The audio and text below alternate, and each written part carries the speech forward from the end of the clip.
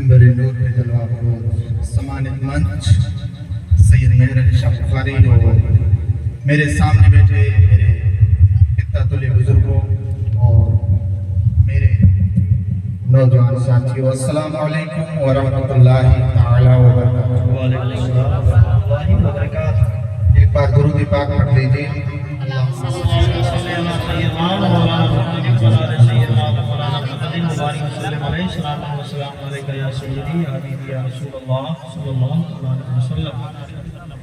खुदा ने आज तक उस कौम की हालत न बदली, खुदा ने आज तक उस कौम की हालत न बदली, न हो शौक से खुद अपनी हालत बदलने का। और अल्लामा डॉक्टर इकबाल ने सदियों पहले पुकारा था कि न संभलोगे तो मिट जाओगे ए हिंदी मुसलमानों, न संभलोगे तो मिट जाओगे ए हिंदी मुसलमानों। तुम्हारी दास्तां तक न रहेगी दास्तानों में, तुम्हारी दास्तां तक न रहेगी दास्तानों में। अजीज साथियों, मंच पूरा उलमाए दीन से भरा हुआ है और आप सामने बड़े बुजुर्ग साफे वाले तशरीफ फरमा है।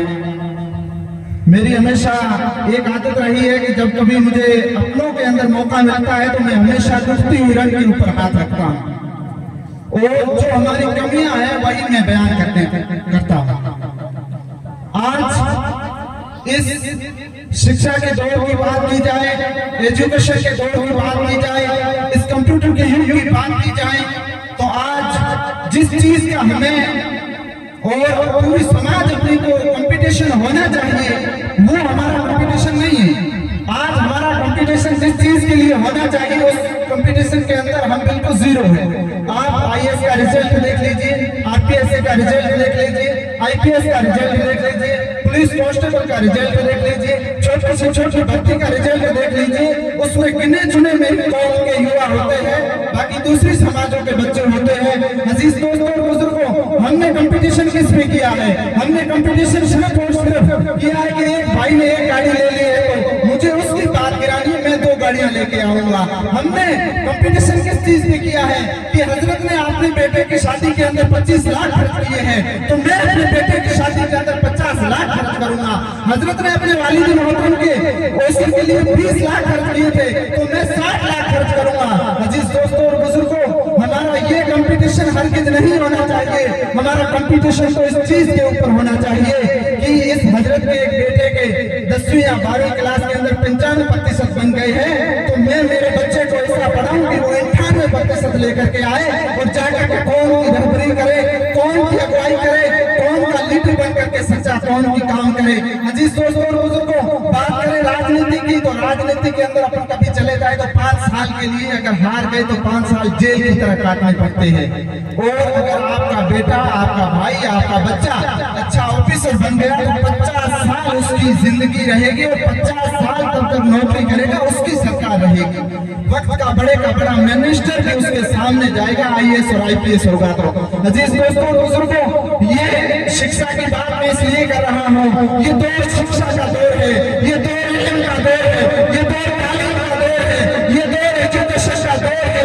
इस दौर के अंदर बगैर शिक्षा के कभी भी कोई कामयाब नहीं हो सकता है।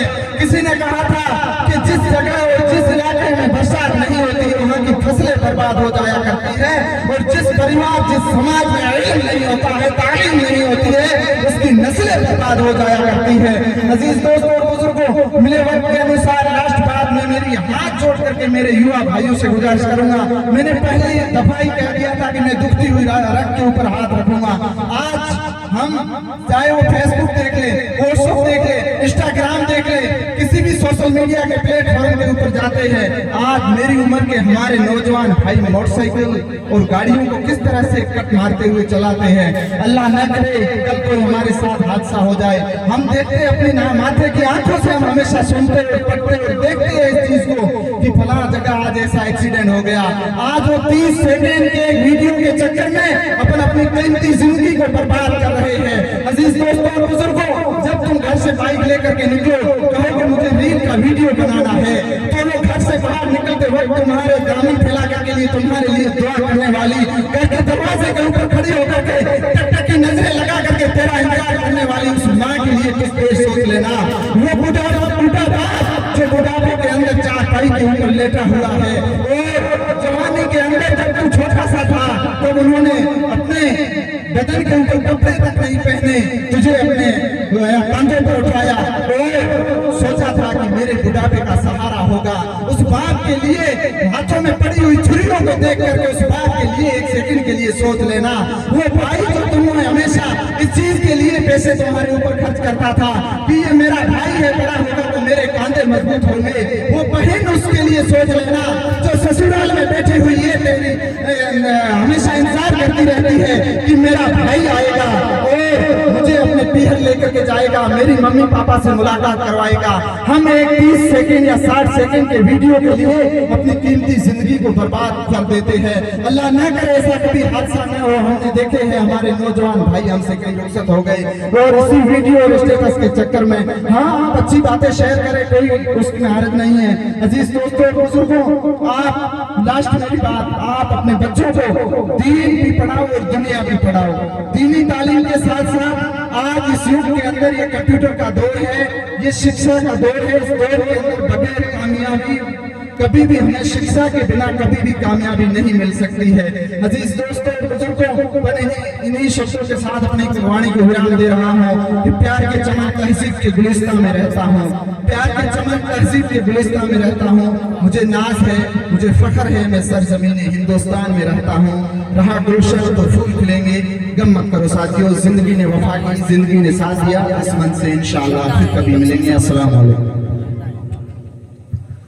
माशाअल्लाह।